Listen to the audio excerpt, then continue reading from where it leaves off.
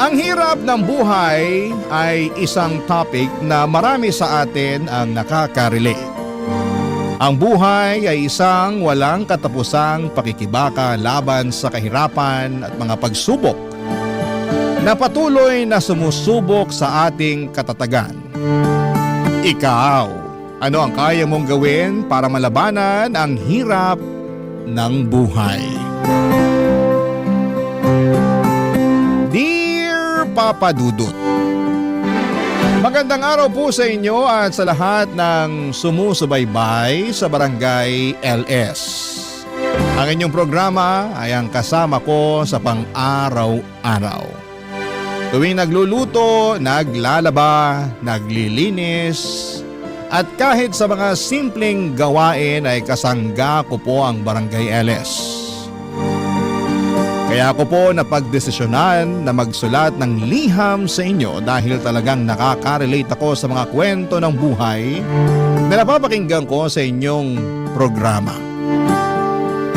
Ako nga pala si Olivia. Pagdating naman po sa sarili ko ay hindi po sa pagmamayabang, pero madalas pong sinasabi ng iba na hindi daw halata sa aking itsura na mahirap ako. Ayon sa kanila, matangkad ako, maganda at maamo ang aking mukha. Pero ang hindi nila alam ay pinanganak at lumaki po ako sa isang maliit at magulo na barangay sa Tondo.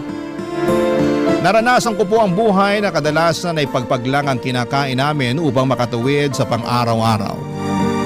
Pagpag po na siya ring hanap buhay ng aking mga magulang. Ako po ang panganay sa aming magkakapatid at dahil sa hirap ng buhay ay hindi po ako nakapagtapos ng high school. Marami po akong naranasan sa buhay na hindi ko naman ginusto. At hanggang ngayon ay naiisip ko pa rin minsan na unfair nga ang buhay. Kasi may mga tao na pinanganak na may kaya, samantalang kami ay salat na salat sa buhay. Salat na salat sa lahat ng bagay sa mundo. Habang lumalaki po ako ay aaminin ko po na napuno ako ng inggit. Tuwing nakikita ko ang mga kaedad ko na masaya at walang alalahanin. Habang ako naman ay rumaraket ng kung ano-ano para lamang makaraos. Isa po sa mga racket ko ay ang pakikipagunahan sa paghahanap ng pagpag sa madaling araw. Pati na rin ang pag-iipon ng plastik at bote at pagtanggap ng mga labada. Lahat po ng ito ay para lamang makaramdam ng kahit kaunting ginhawa sa buhay.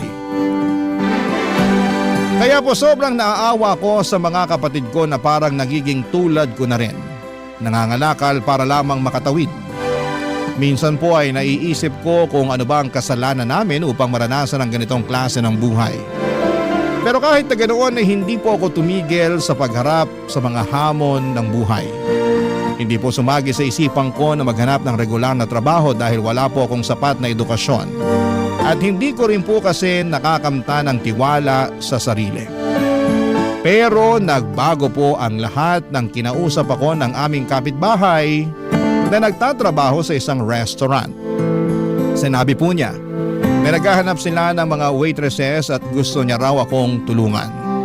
Doon po ako nagkaroon ng lakas ng loob na subukan at sa kabutihang palad ay natanggap po ako bilang isang waitress. Ngunit habang nagtatrabaho po ako doon ay mas lalo kong naramdaman ang kawalan ng hustisya. Bakit kahit na anong sipag at overtime ko ay parang hindi ko pa rin nararamdaman na umaangat ang buhay ko. Kaya ang tanging bagay na ipinagpapasalamat ko na lamang po ay ang wala akong anak. Sa mga panahong yon ay naiisip ko po na kung sakaling mag-aasawa ko balang araw ay gusto ko na lamang po na may kaya sa buhay ang makakasama ko. Kasi sa dami ng mga pinagdaanan at feeling ko ay deserve ko na rin ang mabigyan ng marangya at magandang buhay. Pero nagbago po ang lahat nang unti-unti akong kinausap ng aming restaurant manager na si Miguel. Alam ko po na hindi ganong kayaman si Miguel, pero sa mga oras na nagkakaroon kami ng pagkakataon na mag-usap, ang pakiramdam ko po ay parang nawawala ang lahat ng bigat sa buhay ko. Pero ni minsan po ay hindi ako naglihim kay Miguel. Sinabi ko sa kanya ang kagustuhan ko na makabingwit ng mas mayamang lalaki para makaangat sa buhay. Pero hindi ito naging sapat para tigilan niya ako sa kanyang pagpapakyut. Nang sinabi po sa akin ni Miguel na gusto niya akong ligawan, sobrang saya ko po. Pero nalilito din po ako. Kasi aaminin ko po na mahal ko siya pero pinipigilan ako ng kagustuhan ko na umangat sa buhay, Papa Dudut.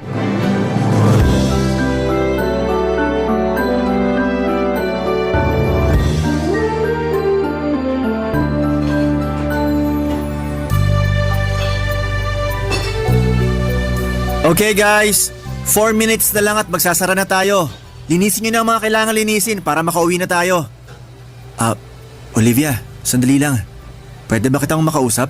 Oo naman sir, ano pong kailangan nyo? Ano ka ba? Sinabi ko na naman sa'yo na tigil-tigilan mo nang kakatawag sa akin ng sir. Miguel na lang. Pero boss kita eh. Nakakailang naman kung Miguel ang itatawag ko sa'yo dito, 'di ba? Baka mamaya sabihin pa ng iba nating kasama dito na pinapaboran mo ko. Kung yan ang gusto mo, sige, ikaw bahala. Pero Olivia, may itatanong sana ako sa'yo. Ano naman yon? Kailan mo ba ako sasagutin? Ha? Nagpapatawa ka ba? Olivia, 8 months na ako nanliligaw sa'yo. Ano? Nililigawan mo pala ako? Hindi sa nanunumbat ako pero palagi kitang niyayaya na sabayan ako mag-lunch. Tapos paminsan-minsan sabay pa tayong nagko-commute pa uwi. Tapos nililibre rin kita. Sandali lang.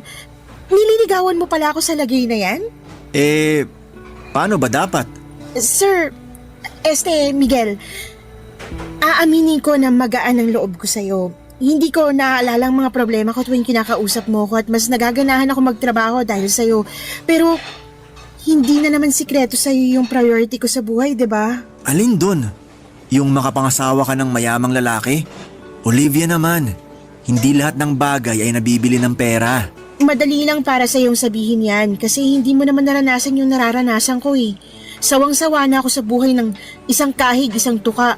Yung tipong kahit anong kayod ko, hindi pa rin ako umaasenso. Wala rin naman ako magagawa kasi hindi naman ako nakapagtapos ng pag-aaral.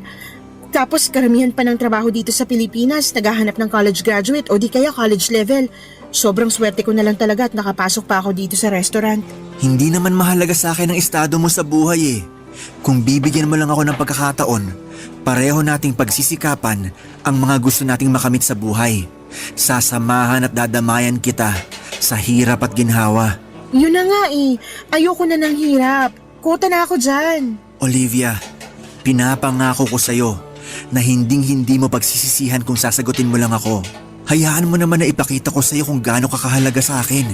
Alam mo, ikaw ang kulit mo rin, no? Sa totoo lang, napakalaking achievement para sa akin tong ginagawa ko ngayon.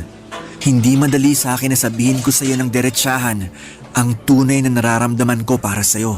Pero teka lang, ang hindi ko lang talaga kasi mag-gets sa'yo, kung paano mo ko nakukuhang ligawan, alam mo naman na napaka-ambitious ako at yung kagustuhan ko na makakuha ng lalaki na ibibigay sa akin lahat-lahat, diba? Bakit? Paano ka nakakasiguro na hindi ko kayang ibigay sa iyo ang lahat? Hindi nga ako kasing yaman ng mga lalaking matagal mo nang inaasam. Pero isa lang ang masisiguro ko sa iyo. At yun ay ang iparamdam sa iyo araw-araw na mahal kita. Di ko na nga lang alam kung manhid ka o nagtatanga-tangahan ka lang. Tanga na kung tanga, pero wala eh. Talagang nahulog na ang loob ko sa'yo. At ganun rin naman ako sa'yo sa totoo lang. Siguro kung iba lang ang estado ko sa buhay, matagal na kitang sinagot eh. Pero wala eh. Yung makabingwit ng mayamang lalaki na lang talaga ang pag-asa ko para makabangon sa buhay na to. Olivia, makinig ka. Hindi mo kailangan ng mayamang lalaki para makamit mo ang buhay na matagal mo nang pinapangarap para sa sarili mo at sa pamilya mo. Ang kailangan mo ay isang lalaki na handa kang ipaglaban at mamahalin ka ng tunay sa kahit anong pagsubok ng buhay. At handa akong ipakita sa'yo na ako ang lalaking yun. Ano ka ba? Mahal ang bilihin ngayon. Yung pagmamahal na sinasabi mo, hindi yan nagagamit para pambayad ng 1 kilong bigas at 2 tray ng itlog. Ikaw talaga? O sige, ganito na lang. Hindi na muna kita pipilitin para sagutin mo ako. Pero ang gusto ko lang hingin sa'yo ay sana hayaan mo ako na ligawan kita ng maayos. Para at least makita at ma-realize mo man lang kung gaano kita kamahal. Kulit mo talaga. Sige nga, paano kung mag-iisang taon mo na akong nililigawan at hindi pa rin kita sinasagot? Okay lang, take your time. Ang mahalaga lang naman sa akin ay yung payagan mo ko na ligawan kita. Napaka-confident mo naman yata. Paano ka nakakasiguro na sasagutin kita? Hindi ka ba natatakot na baka masayang lang yung oras at pagod mo? Hindi. Kasi nagbabakasakali ako na kapag nakita mo na kung gaano ka kahalaga sa akin, baka magbago ng isip mo at mawala na yung kagustuhan mo na makabingwit ng mayamang lalaki. Kaya, sige na. Please? Ang kulit mo naman. Oo na. Ha? Pumapayag na ako na ligawan mo ko. Sa wakas! Thank you, Olivia. Promise, hindi mo pagsisisihan to.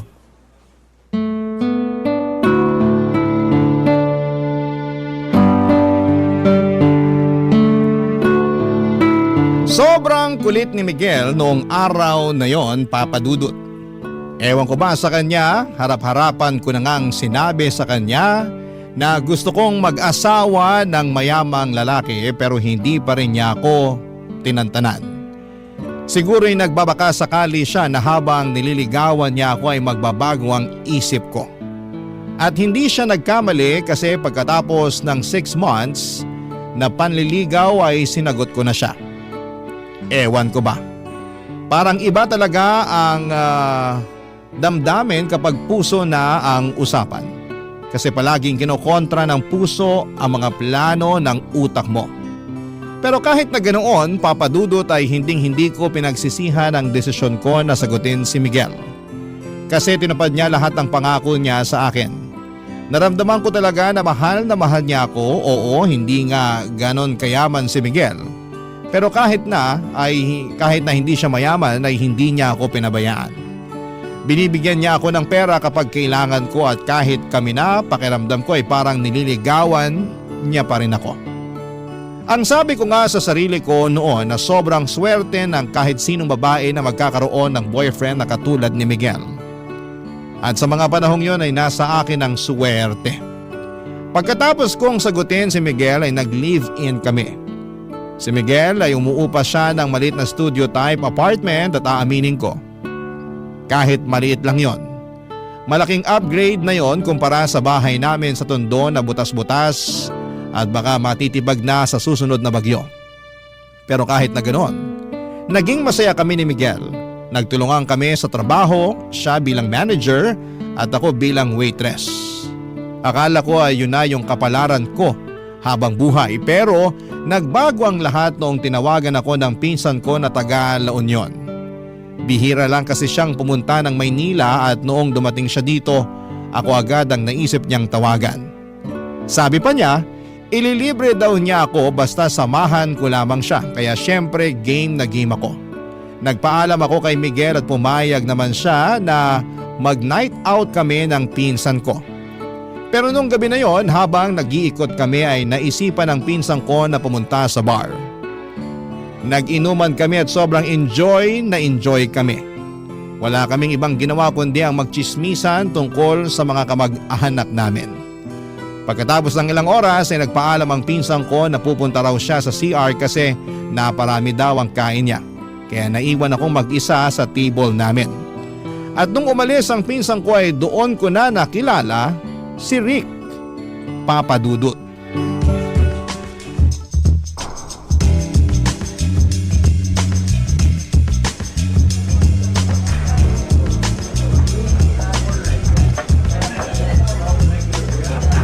Hello, miss.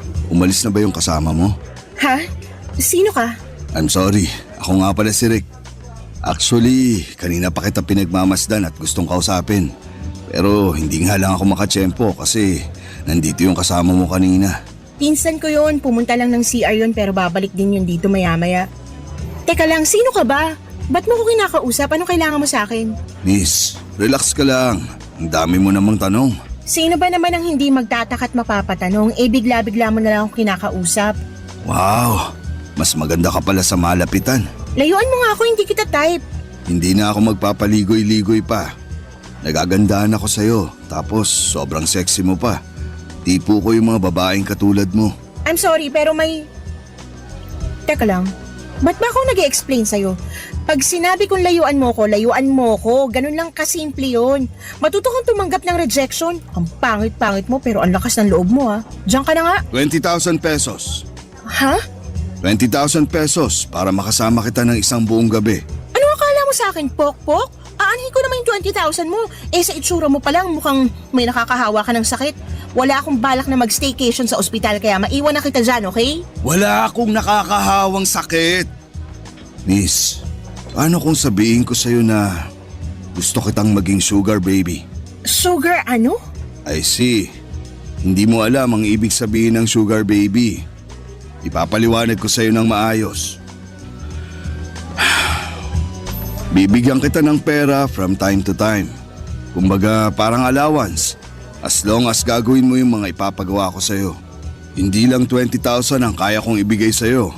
Basta gawin mo lang lahat ng gusto ko. Teka lang. Kung sakasakali, ano naman yung ipapagawa mo sa akin? Anong kapalit? Sasamahan mo ako sa mga lakad ko at yun lang yun.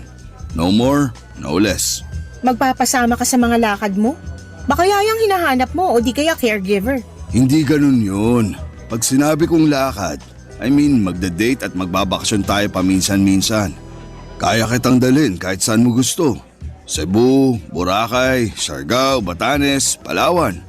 Ikaw bahala. Pero mangyayari lang yun kung papayag kang maging sugar baby ko. Sandali nga lang, hindi ka ba nabibigla sa inaalok mo sa akin? Hindi ba parang sobra-sobra naman yata yan? Hindi ka naman mukhang mayaman.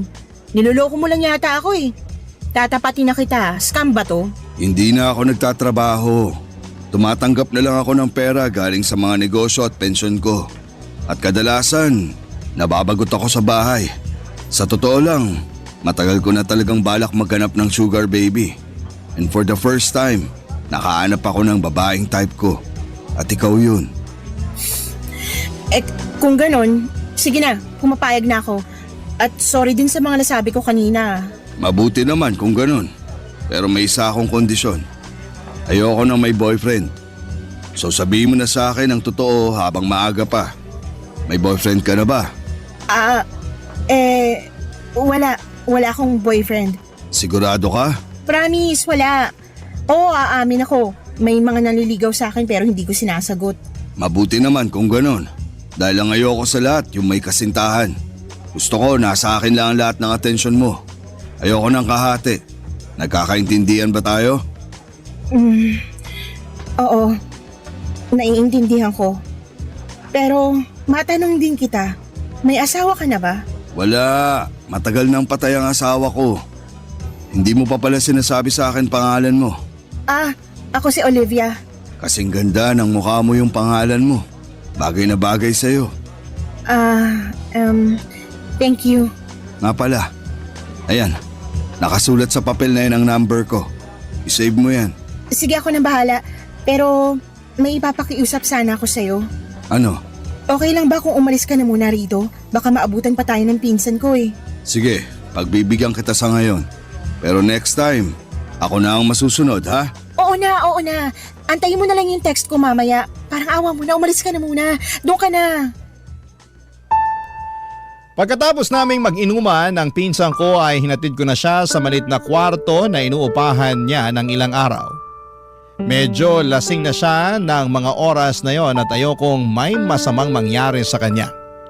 Pinili ko rin na ilihim sa pinsan ko yung pag-uusap namin ni Rick kasi ayokong machismis sa mga kamag-anak namin lalo na at hindi ko nais na malaman nila na nakikipag-ugnayan ako sa lalaking hindi hamak na mas matanda sa akin. May tiwala naman ako sa pinsan ko pero mas mabuti na yung siguradong walang isyo o problema. Pagkatapos kong hinatid ang pinsan ko ay tinext ko kaagad si Rick at tinawagan siya. Sinundo niya ako at pumunta kami sa isang mamahaling hotel kung saan kami nagtalik. Pagkatapos noon ay binigyan niya ako ng malaking halaga ng pera. Alam ko, sinabi ko noon na matagal ko ng pangarap na magkaroon ng mayamang lalaki na magbibigay sa akin ng mga bagay na gusto ko. Pero hindi ko rin akalain na ganito pala ang pakiramdam. Mahirap pala yung pakiramdam ng pinipilit mong makisama sa isang tao kung wala ka naman talagang nararamdaman para sa kanya. Nasilaw ako sa pera. Kasi sa unang pagkakataon ay nabibili ko na mga bagay na matagal ko nang inaasam. At nakakapagpadala na rin ako ng malaking pera sa mga kapatid at magulang ko at unti-unti ko na rin napapaayos yung bahay namin sa Tondo. Pero sobra akong nakonsensya dahil pinili kong itago ang lahat ng ito kay Miguel. Mahal ko po si Miguel. Pero kay Rick ko nahanap yung marangyang buhay at pera na matagal ko nang pinapangarap. Kung pwede lang sana na iisang tao na lamang si Miguel at si Rick na mga panahon na yon, baka hindi na ako nahirapan pa. Papa Dudut. Barangay Love Stories. Barangay Love Stories. Habang tumatagal ay mas lalong naging agresibo si Rick sa akin. Parang gusto niya lahat ng mga pinapagawa niya sa akin ay natutupad kaagad. At kapag hindi ko nagagawa yung mga gusto niya ay nagagalit siya. At paminsan-minsan ay umaabot na siya sa punto ng pananakit. Nasampal na niya ako ng 3 beses pero tinitiis ko yon at hindi ko na inisip ang pisikal na sakit dahil sa malaking halaga na natatanggap ko sa kanya. Wala pong kaalam-alam si Miguel na patuloy ko pa ring pinagsasabay ang pagiging jowa niya at pagiging sugar baby ko kay Rick. Ang hirap na hatiin ang sarili ko sa 2 tao. Si Miguel mabait pa rin siya sa akin as usual at habang tumatagal ay mas lalo akong nahuhulog sa kanya. Wala akong problema sa kanya at talagang ramdam ko ang pagmamahal niya sa akin. Pero itong si Rick, siya yung sobrang nakakainis na at nakakasakal.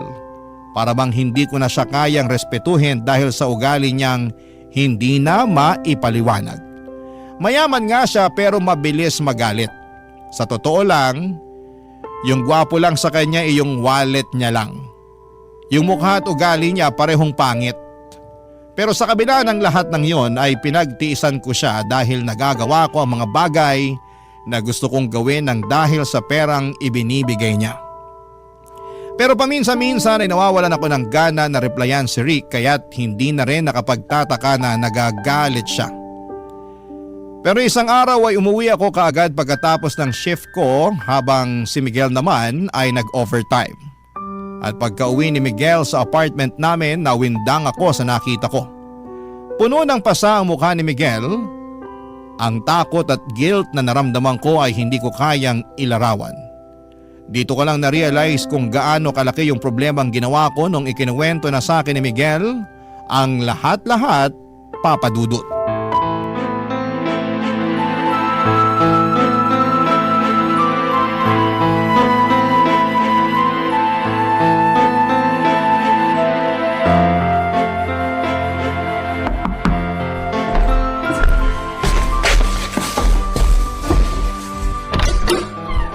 Babe! Diyos ko! Na paano yung mukha mo? Sino may gawa nito sa'yo, ha? Olivia, sabihin mo nga sa akin ang totoo. May iba ka pa bang kinakasama? Wala! Ano ka ba? Bakit mo naman naitanong yan? Inabangan ako ng lalaking nakakotse at pinabugbog niya ako sa tauhan niya. Pinagbantaan niya ako na layuan na raw kita dahil kung hindi, papatayin daw niya ako. Diyos ko! Magsalita ka, Olivia! May alam ka ba tungkol sa nangyari sa akin? Miguel, babe, I'm so sorry. Pero, Magsalita ka! babe, I'm sorry. May sugar daddy ako. Ano? Pero hindi ko lubos akalain na masasaktan ka niya. Babe, maniwala ka. Wala akong alam sa ginawa niya sa'yo. Pinagtaksilan mo ako? Nagpakababa ka para lang makuha mo yung mga luhong matagal mo nang inaasam-asam? Grabe ka naman, Miguel. Ang sakit mo naman magsalita. Tapatin mo nga ako? Minahal mo ba talaga ako? Mahal mo ba talaga ako? Oo, mahal kita, Miguel. Kung ganun, paano mo nagawa sa akin to? Kulang pa ba yung sakripisyong binibigay ko sa'yo? Kulang pa ba yung pagmamahal ko para sa'yo, ha? Wala akong nilihim sa'yo simulat sa pool, Miguel. Matagal mo nang alam yung kagustuhan kong umasenso man lang sa buhay. Oo, alam ko! Alam na alam ko yan! Kaya nga ako nasasaktan eh! Kasi umasa ako na balang araw magiging sapat din sa'yo ang pagmamahal na binibigay ko. Ano ba bang kulang sa akin, Olivia, ha? May nagawa ba akong kasalanan sa'yo para saktan mo ako ng ganito? Wala! Alam kong mahal mo ko at nararamdaman ko yun. Pero sa tingin ko panahon na siguro para Para ano? maghiwalay tayo. Miguel, baka tuluyan ka na niya pag nalaman niya na hindi pa kita hinihiwalayan. Ano? Hindi.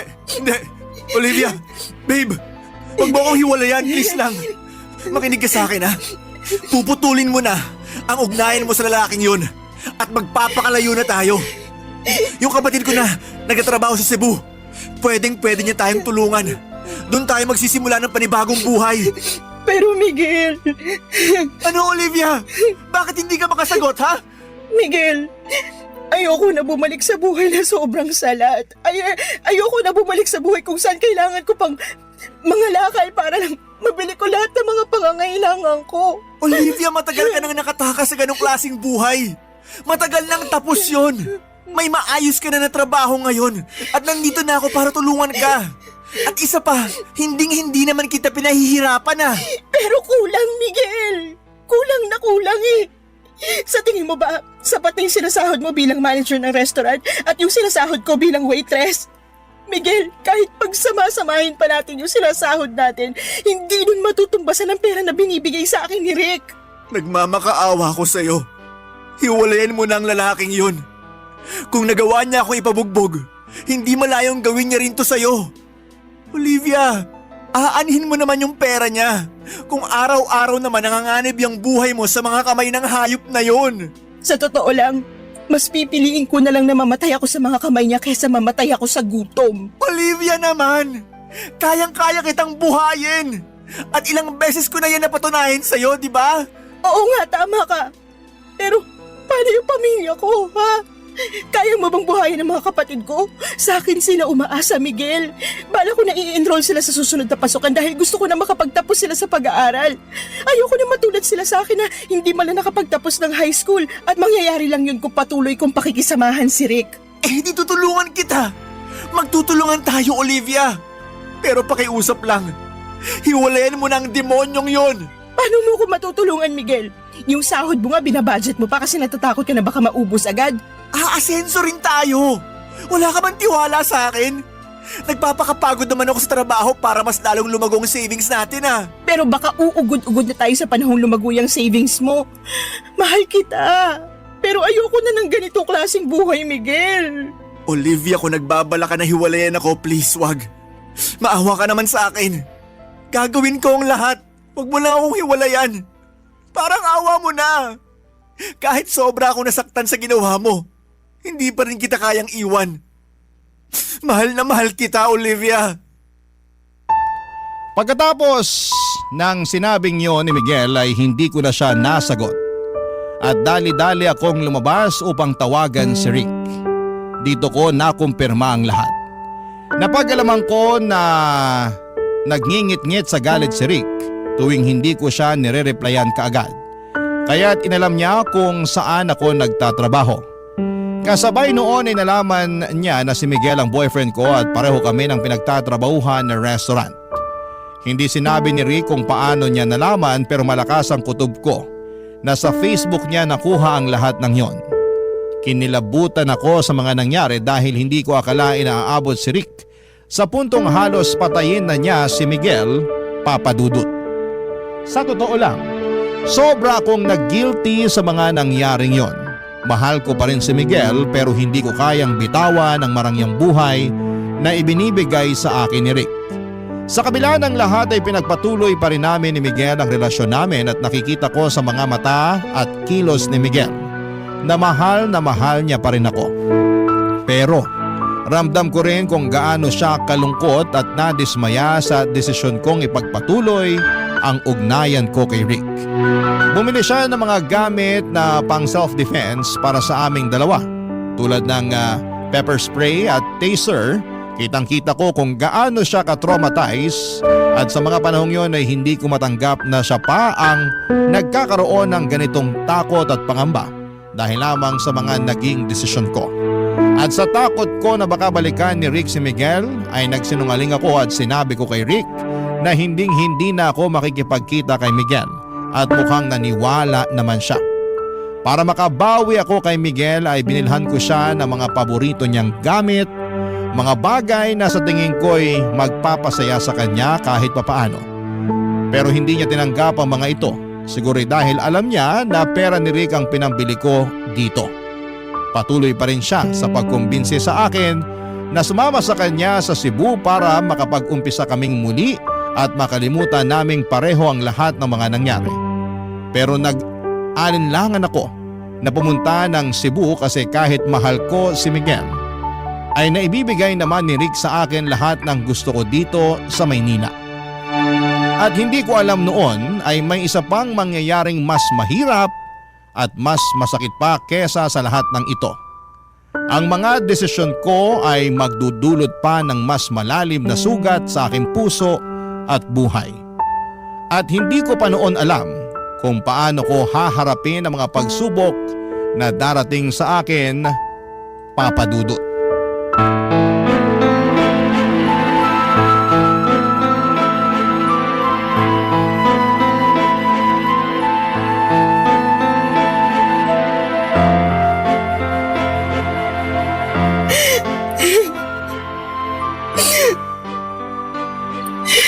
Olivia, babe, bakit ka umiiyak?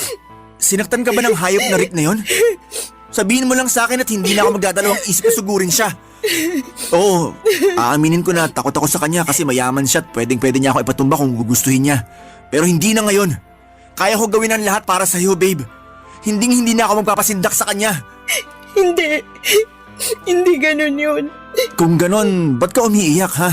Tingnan mo tong pregnancy test. Buntis ako. Teka lang, paano naman mangyayari yun eh? Palagi naman tayong gumagamit ng proteksyon. Olivia, hindi. Hindi! Hindi! Sabihin mo sa akin na hindi totoo yan! Miguel, babe. I'm sorry. Pero kasalanan to ni Rick eh.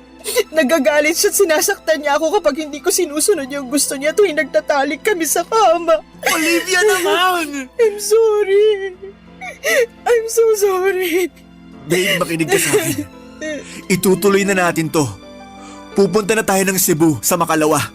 Doon na tayo magsisimula ng bagong buhay kasama ang batang yan. Ako ang tatayong ama niya, naintindihan mo? Hindi ako makakapahayag na lumaki ang batang yan sa piling ng tatay niyang hayop. Kinausap ko na ang kapatid ko at handa siyang tumulong para makapagsimula tayo ulit. Miguel, anong alam natin sa pagpapalaki ng bata? Hindi natin kakayanin to. Paano natin bubuhayin ang batang to? Malulubog lang tayo sa utang. So ano gusto mong gawin? Ipaako sa Rick na yon ang batang yan? May kaya si Rick. Kayang-kaya niyang buhayin ang batang to. At isa pa, kahargo at responsibilidad niya rin ang batang to. Mabibigyan niya ang anak ko ng buhay na kahit kailan, hindi natin mabibigay sa kanya. Teka lang, bakit nararamdaman ko na parang gusto mo nang sumama sa lalaking yon, ha? Miguel, kung hindi lang dahil sa batang to, hindi kita iiwan eh. Olivia, hindi. Huwag mong gawin sa akin to. Babe, ilang beses ko ba ipapaalala sa'yo na hiwalayin mo na ang lalaking yun? Hindi mo ba nakikita na unti-unti niya nang sinisira ang buhay mo? Hindi ka nga namumulubi pero hawak ka naman sa leeg ng lalaking yun. Napapaigot ka na niya sa mga palad niya. Gagawin ko lahat para sa anak ko, Miguel. Ayokong lumaki ang anak ko sa hirap. Pero babe, sasaktan ka lang ng lalaking yun. Matagal ko nang tinitiis ang pakikipagkita mo sa lalaking yun dahil mahal na mahal kita. Pero hindi naman pwede na habang buhay tayo ganito. Na habang buhay ka magpapakaalila sa hayop na yun. Magkaroon ka man lang sana ng konting respeto para sa sarili mo, Olivia. Alam ko kung anong ginagawa ko, hindi ako tanga. Alam ko kung anong nakukuha ko kay Rick, okay? Ano? Pera! Magandang buhay para sa pamilya ko at respeto ng mga tao na dati akong tinatapak-tapakan dahil walang-wala kami. Respeto? Oo, Miguel. Respeto. Respeto sa'yo? O sa pera mo? Alam mo, Miguel, kung ikaw gusto mo maging mahirap habang buhay, gawin mo. Magiging masaya pa ako para sa'yo at hindi kita pipigilan. Pero eto lang ang ipapaalala ko sa'yo, ha. Wala kang karapatang husgahan ako kung gusto kong yumaman. Oo, Olivia. Hindi nga ako kasing yaman ni Rick. Pero kahit kailan, hindi ko ibebenta ang pagkatao ko. Ang kapal ng mukha mo. Alam mo kung anong problema mo? Hindi mo na alam ang ibig sabihin ng totoong pagmamahal. Dahil puro pera na lang ang nasa utak mo. Tapatin mo nga ako, Olivia. Totoong masaya ka ba talaga, ha? Oo, masaya ako. Mayaman na ako. Nabibili ko na lahat ng gusto ko. Pero hindi nabibili ang tunay na pagmamahal. Ang pagmamahal na patuloy mong binabaliwala dahil lang sa ambisyon mo na magkaroon ng limpak-limpak na pera. Sino bang may sabi sa'yo na gusto ko ng pagmamahal? Buwisit na buhay to. Alam ng Diyos na ginawa ko ang lahat para sa'yo, Olivia. Kailan pa ba ako magiging sapat sa'yo, ha? Ano ba talagang gusto mong mangyari? Hindi ko na alam. Ewan ko. Naguguluhan na ako. Pwes ako alam ko. Dahil mahal na mahal kita. Olivia, babe. Sumama ka na sa akin papuntang Cebu. Please lang. Nagmamakaawa ko sa'yo. Gawin mo to para sa akin. Para sa sarili mo. At para sa magiging anak natin. Handa akong ituring ang batang yan na parang anak ko na rin. Basta sumama ka na lang sa akin, please. Miguel, kung hindi ako lalayo, patuloy lang kitang mamahalin. At alam ko na masasaktan lang ako, masasaktan lang tayo. Kasi wala sa'yo yung buhay na gusto kong makamit eh. Olivia. Wala nang patutunguhan to. Tigilan na natin to, Miguel. Aalis na kami ng anak ko bukas ng umaga. Buo ng desisyon ko at wala ka nang magagawa doon. Papadudot, aminin ko po na sobra kong nasaktan sa naging desisyon ko na hiwalayan si Miguel.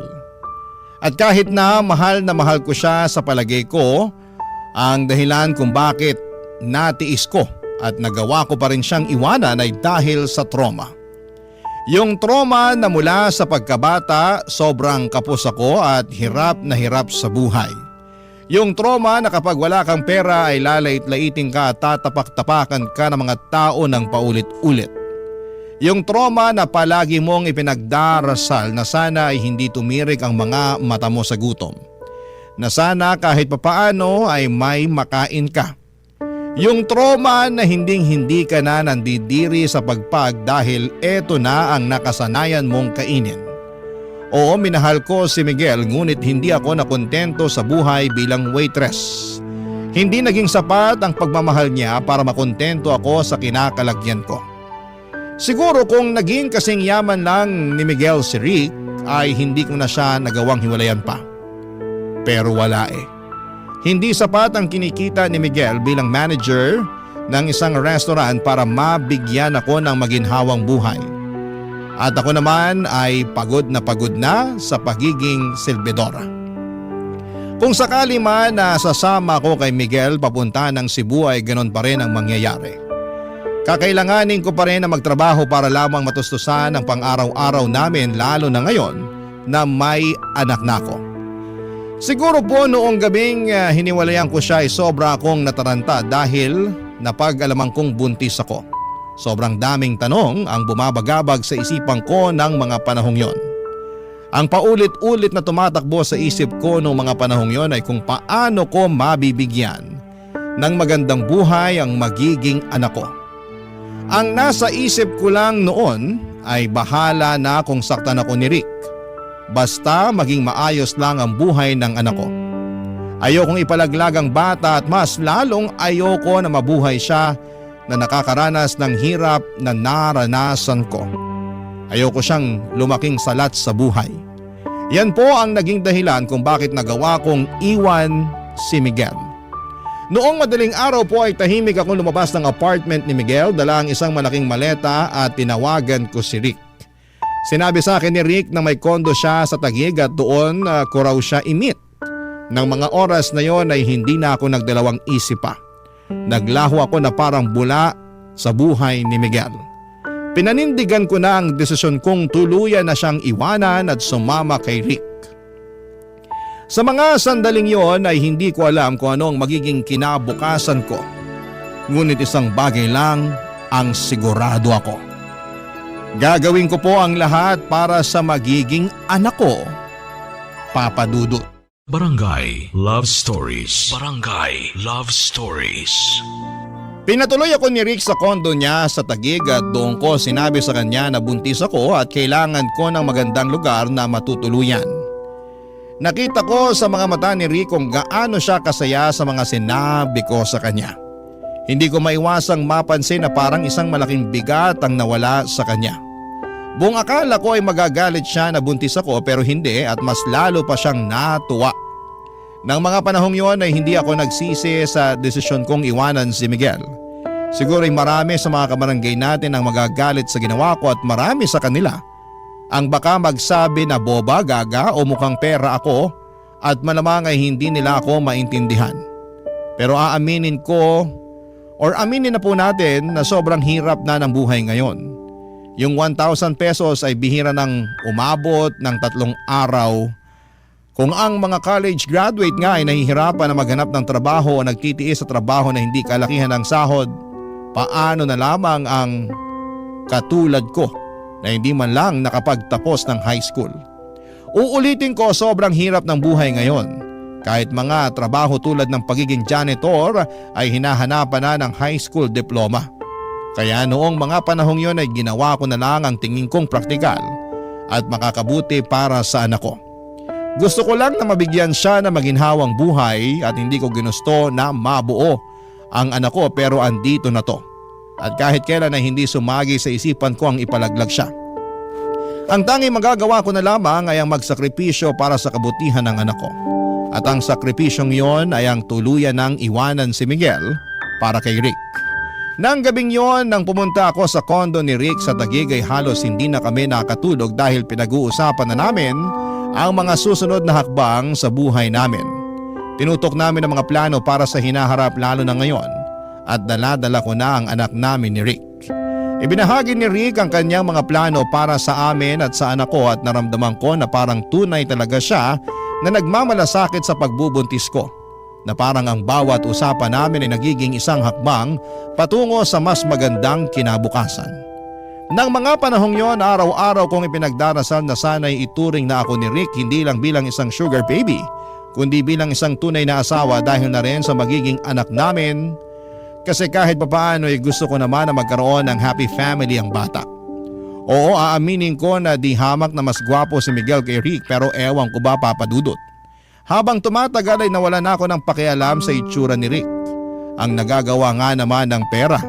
May kakaibang epekto ito sa tao. Sa puntong hindi mo na alam kung ano ang totoo at kung ano ang tama.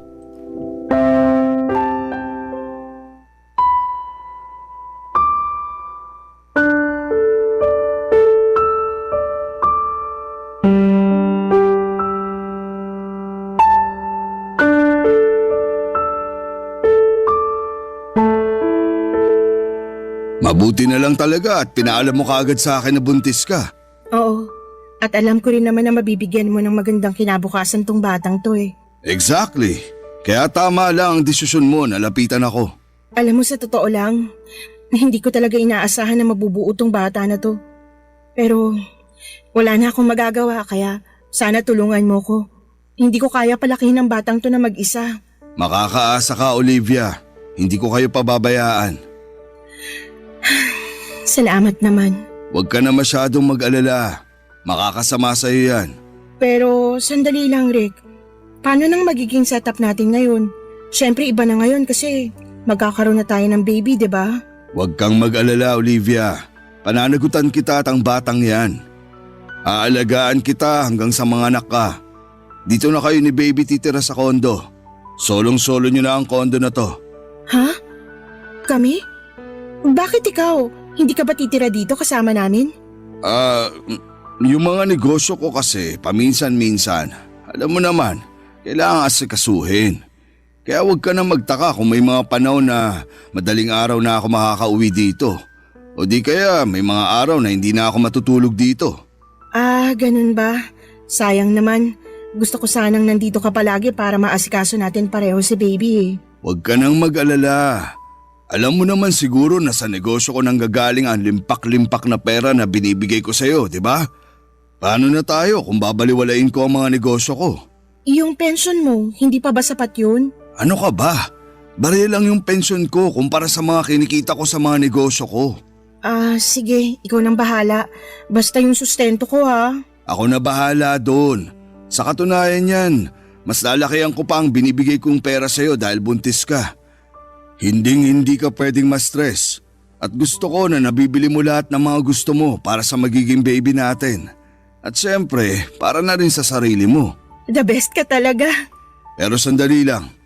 Sigurado ka ba na hindi na kayo nagkikita ng Miguel na yon? Ha? Bakit mo naman naitanong yan? Naninigurado lang. Kasi sa susunod na makita ko pa yung lalaki na yan na aaligid-aligid sa'yo, hindi na ako magdadalawang isip na tuluyan yun. Sinasabi ko sa'yo. Ano ka ba naman, Rick? Matagal na kaming tapos ni Miguel. Simula nung ipabugbog mo siya, hindi ko na siya nilapitan at agad-agad na ako nakipaghiwalay sa kanya. Siguraduhin mo lang, Olivia. Kasi kapag nalaman ko na nagsisinungaling ka, tatamaan ka sa akin. Ito naman sobrang seloso. Promise, kahit tingnan mo pa tong cellphone ko, wala kang makikita na kahit ano tungkol kay Miguel kasi matagal na kaming wala. Mabuti naman kung ganon. Ay, wag na nga natin pag-usapan yun. Nandito na ako, 'di ba? Sayong-sayo na ako, tulad ng matagal mo nang gusto. Teka lang, saan ka nga pala tumutuloy nung naghiwalay kayo ng Miguel na yon? Pinapangako ko sa'yo, Olivia. Tatamaan kayo pareho ng lalaking yun sa akin kapag nalaman ko na niloloko mo lang ako. Ano ka ba? Oo sige, aaminin ko. Kay Miguel ako tumitira nung kami pa.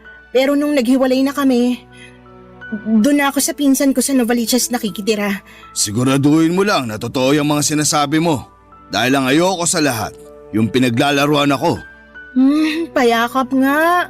Eto naman sobrang seloso.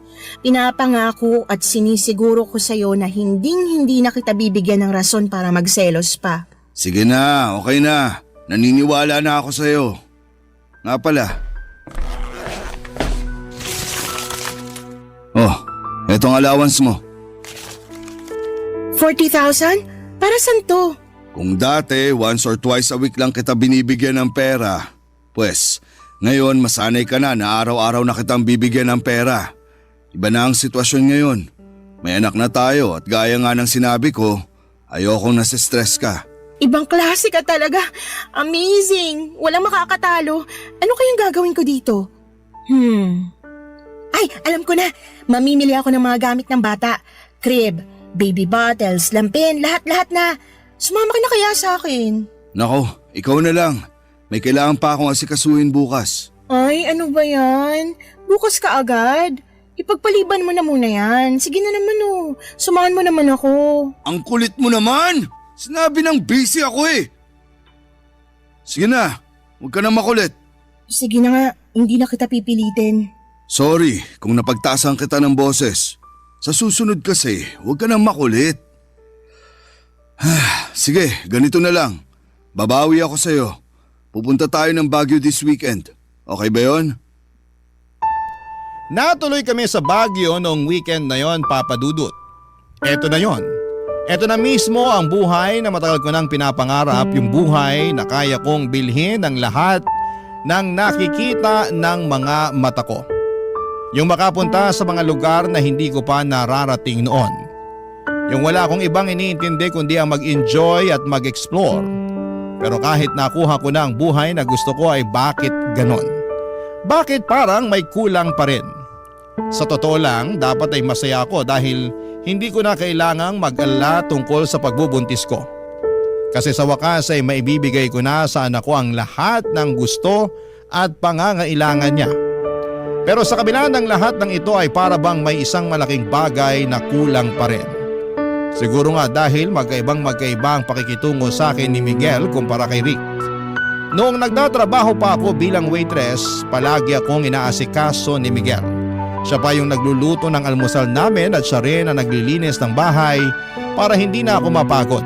Samantalang si Rick ay palaging wala sa kondo at ang ginagawa lang niya ay ang magbigay sa akin ng pera. Sa totoo lang, nagsimula na akong makaramdam ng pagkabagot. Wala akong ibang makausap sa kondo kundi ang sarili ko. Lagi na lamang ako nanonood ng TV o nagsiselfone pero ng mga panahong yon. Okay na rin sa akin na wala si Rick sa kondo kasi sabi niya, inaasikaso raw niya ang mga negosyo niya. Kung wala nga ang mga negosyo na yon, hindi rin ako mabibigyan ng malalaking halaga ng pera kaya okay na lang sa akin. Hanggang isang araw noong dinalaw ko ni Rick at sa kondo siya natulog, may napansin akong umiilaw. Cellphone pala niya yon at sunod-sunod na dumating ang mga text messages. Hindi ko alam ang password ng cellphone ni Rick pero sa lock screen ay malinaw na nakikita ko ang mga mensahe mula sa isang number na patuloy na tinatanong kung kailan siya uuwi at kung bakit hindi siya nagre-reply. Habang binabasa ko yon ay unti-unti akong nabigla at naguluhan. Para bang may malaking tinik na pumasok sa dibdib ko. Ang pakiramdam ko ay bigla akong napuno ng sama ng loob at galit. Sa sobrang pagkabigla